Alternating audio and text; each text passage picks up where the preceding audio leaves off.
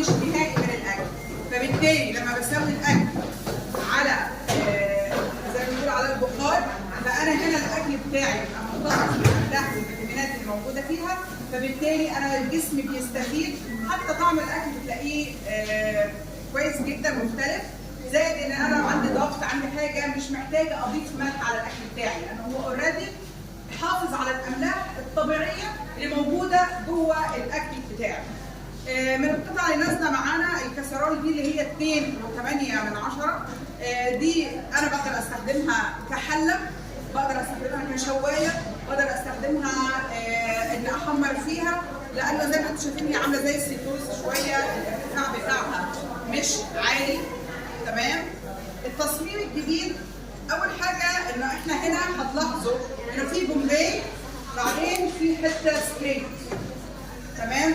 ده على اساس ان انا النهارده لو بنزل اي حاجه من الحله بتاعتي مش هينزل على الجدار بتاع الحله من بره، لا هو مجرد ما اصب وارجع تاني كده هتلاقيه قطمها زي لو تعرفوا المغرفه بتاعتنا زي ما انتم بتنزلي منها كانه في سكينه كده، فده نفس الحاجه. وبرده ان انا عندي طبقتين من الستانلس بينهم طبقات مضغوطه من الالومنيوم، والالومنيوم ده في النص ما بين الطبقتين عشان هو موزع جيد للحراره. تمام. الحلل بتاعتنا هي بتكتسب الحراره بسرعه وتفقدها ببطء، وده بيساعد ان انا لما بقفل النار الحله بتاعتي بتفضل سخنه فتره اطول، زائد ان هي بتكمل طهي على الحراره كمان بتاعه القاعده بتاعتي. يعني احنا بنقول على القاعده دي عباره عن خزان حراري بيحتفظ بالحراره وبيفقد ببطء، وبالتالي انا ممكن اقفل على الرز يبقى لسه ما استواش وبعدين بيكمل سوا على الحراره بتاعه القاعده. من الميزه الثانيه اللي في الحلل بتاعتنا هنا انه ما فيش فيها مسامير.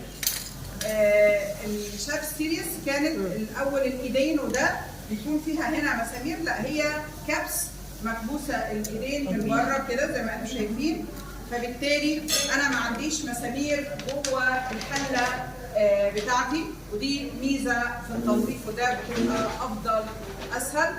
عندكم التفريغات دي اللي موجوده هنا في الايدين سواء بالايد هنا او الايد هنا، دي عشان الحراره بتبقى الفقد بتاعها اسرع وما تبقاش سخنه. طبعا في عندي هنا العلامه اللي بارزه دي اللي هو انا المفروض الحله بتاعتي بمسكها من بعد الجزء ده. تمام. واحنا هنا سهلنا لك عشان ما تبقاش تقيله على ايدك انك تقدري تمسكيها من الناحيتين.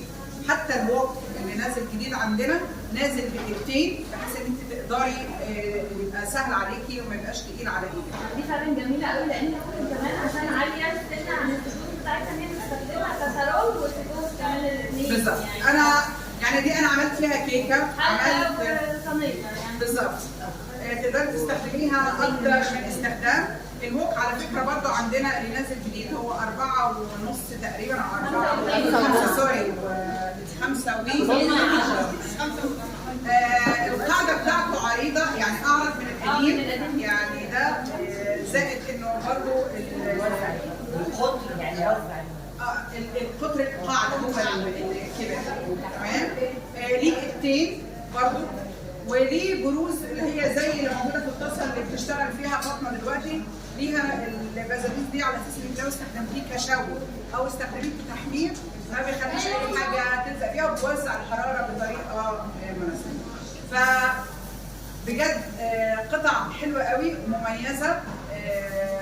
ان شاء الله مع الاستعمال كمان هتحسوا انه في اختلاف. فاطمه هتقول لنا هي عملت ايه